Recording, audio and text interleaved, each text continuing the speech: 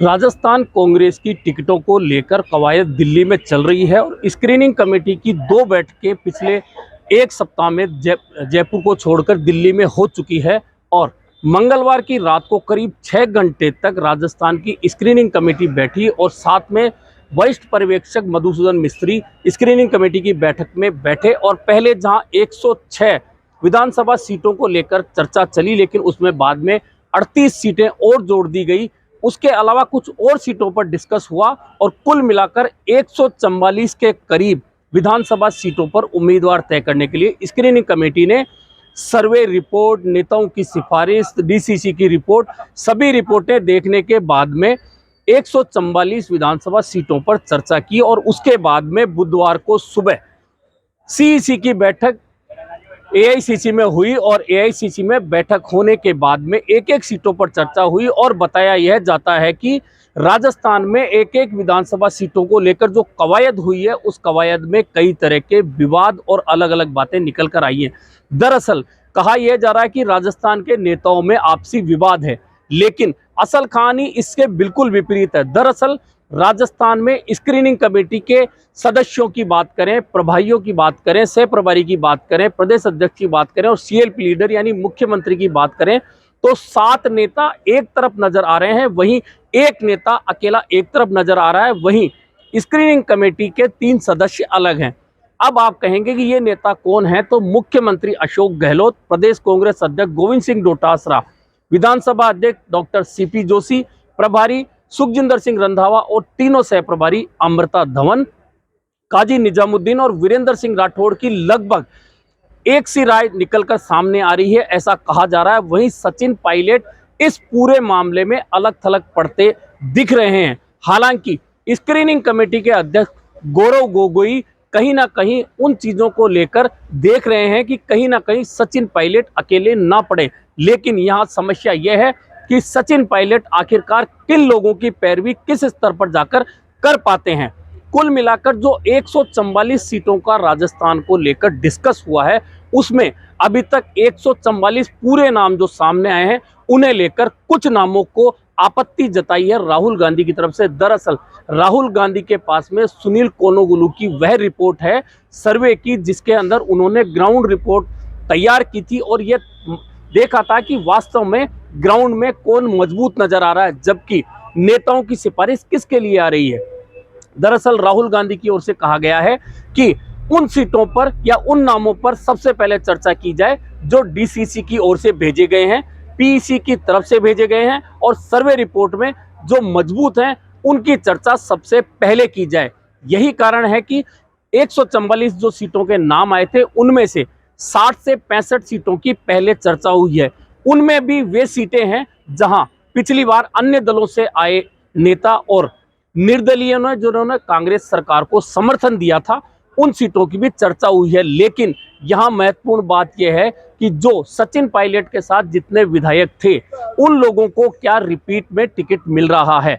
लेकिन अभी इस बारे में कुछ नहीं कहा जा सकता, क्योंकि आप देखिए कि मुख्यमंत्री अशोक गहलोत जब दिल्ली आ रहे थे स्क्रीनिंग कमेटी की बैठक में भाग लेने, तब उन्होंने एक बयान दिया था कि हमारी सरकार को गिराने की जिन्होंने कोशिश की उनको जनता सबक सिखाएगी।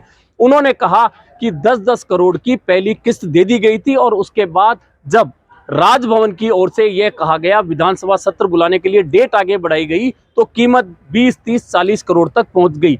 यानी कि उनका इशारा यह भी था कि जिन लोगों ने पहली किस्त 10 करोड़ की ले ली, जिन विधायकों ने, आज उनकी क्या वैल्यू है। यानी कि उन्होंने बहुत स्पष्ट रूप से तो नहीं कहा, लेकिन यह जरूर कह दिया कि जो विधायक सरकार को गिराने के लिए अलग गए थे, उन लोगों ने पैसा ले लिया। यानी कि सीधे सीधे उन्होंने पायलट कैंप पर एक बार फिर हमला कर दिया। और स्क्रीनिंग कमेटी की बैठक से ठीक पहले मुख्यमंत्री का यह बयान काफी महत्वपूर्ण है। इस बयान का सीधा सीधा मतलब यह है कि वे सचिन पायलट खेमे को दबाव में लेना चाहते थे, ताकि स्क्रीनिंग की में दौरान जब नामों पर चर्चा हो तो सचिन पायलट बहुत ज्यादा अपने लोगों का पक्ष नहीं ले सके, और अपने लोगों का पक्ष ले तो कुछ नए लोगों का पक्ष वे बिल्कुल नहीं ले पाए। कुल मिला के अशोक गहलोत की यही रणनीति थी। यही कारण है कि 6 घंटे जो स्क्रीनिंग कमेटी की बैठक मंगलवार देर रात तक चली, उसके अंदर पहले जहां 106 नामों की चर्चा होनी थी, बाद में वह चर्चा 140 से ज्यादा नामों की हुई और जब सीईसी की बैठक हुई तो उसमें चूंकि सचिन पायलट सदस्य नहीं है तो वे मौजूद नहीं थे। उसमें राजस्थान की ओर से सीएलपी लीडर के तौर पर अशोक गहलोत, प्रदेश कांग्रेस अध्यक्ष और प्रभारी सुखजिंदर सिंह रंधावा बैठे। यानी कि वह पक्ष जो मैं पहले कह रहा था कि 6 नेता एक तरफ हैं और एक नेता एक तरफ है, उन 6 में से 3 नेता स्क्रीनिंग कमेटी के बाद में सीईसी की बैठक में बैठे। तो निश्चित है कि उस ग्रुप के नेताओं के, यानी कि मुख्यमंत्री अशोक गहलोत जो पहले बयान देते रहे कि जिन लोगों ने सरकार बचाई है उन लोगों को टिकट मिले, वे जीत के आए, ऐसा मैं चाहता हूं। यानी उन लोगों का डिस्कस इन तीनों लोगों ने मिलकर किया। लेकिन यहां राहुल गांधी ने एक बात जरूर कही है कि जो सर्वे रिपोर्ट में यदि कमजोर हैं तो निश्चित मानिए कि उनकी चर्चा यहां नहीं की जाए। ऐसे में जो 144 सीटों पर जो चर्चा हुई उनमें से बहुत सारी सीटों के नाम वापस भेज दिए गए हैं और स्क्रीनिंग कमेटी को कहा गया है कि 2 या 3 नंबर पर मजबूत उम्मीदवार इनके विकल्प हो सकते हैं तो उन पर चर्चा की जाए और उसके बाद में अगली स्क्रीनिंग के बाद सीईसी में वे नाम लाए जाएं।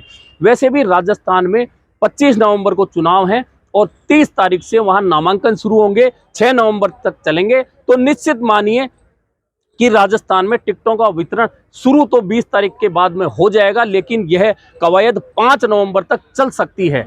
वैसे भी राजस्थान में आज से पहले भी देखा जाता रहा है कि इतनी जल्दी कभी टिकट वितरण नहीं हो पाए, चाहे नेता किसी भी तरह के दावे करें। वहीं बार बार जिताऊ की बात होती रही, लेकिन एक बात बहुत स्पष्ट नजर आ रही है अभी तक की कवायद में कि बहुत ज्यादा वर्तमान मंत्री विधायकों के टिकट नहीं काटे जा रहे। वहीं पिछली बार 101 सीटें कांग्रेस ने जो हारी थी उनमें से भी 40 से 45 पुराने चेहरे वापस सामने दिखाई दे सकते हैं। हाँ, यहाँ एक महत्वपूर्ण बात यह है कि कांग्रेस की हवा के बावजूद 20 से 25 हजार या उससे ज्यादा वोटों से कुछ लोग हारे थे, उन लोगों को टिकट पर अब इस बार संकट है। हालांकि उनको बचाने के लिए प्रदेश कांग्रेस अध्यक्ष गोविंद सिंह डोटासरा काफी मशक्कत कर रहे हैं।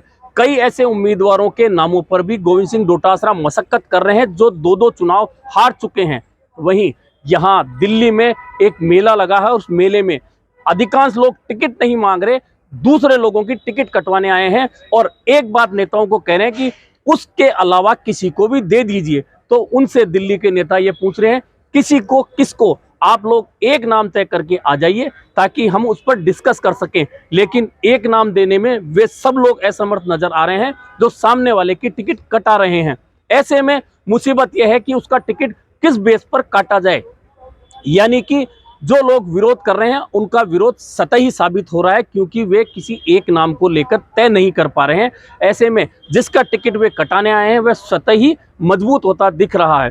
कुल मिलाकर अभी तक जो कवायद चली है उस कवायद के बाद में आज 60 से 65 नामों को अंतिम रूप दे दिया गया है और उनकी घोषणा आज शायद ही हो पाए क्योंकि 20 नवंबर को दौसा जिले के सिकराय में प्रियंका गांधी की एक आम सभा होने वाली है एआरसीपी जन जागरण को लेकर। ऐसे में कांग्रेस नहीं चाहती कि जिन लोगों के नाम कटे वे विरोध के लिए वहां जाए और उस सभा का स्वरूप बिगड़े। ऐसे में जो 60, 65 या 70 नामों पर कवायद हो गई है और अंतिम रूप दे दिया गया है, उनकी घोषणा 20 के बाद होगी या 20 को होगी। और अब जो अगली स्क्रीनिंग कमेटी की बैठक होगी, बाकी बची सीटें और जिन सीटों के नाम वापस भेज दिए गए हैं राहुल गांधी की तरफ से, उन पर दोबारा डिस्कस होगा और कुछ नए विकल्प जोड़कर अगली स्क्रीनिंग कमेटी में आएंगे और उसके बाद संभवतया 22-23 तारीख के बाद में फिर से बैठक होगी और तब बाकी बची सीटों पर चर्चा हो पाएगी। लेकिन फिलहाल राजस्थान की सीटों को लेकर घमासान मचा हुआ है। अब देखना यह है कि किस तरह से सहमति बनाकर कांग्रेस टिकटों का वितरण कर पाती है और किस तरह से बड़ी बगावत से बच पाती है।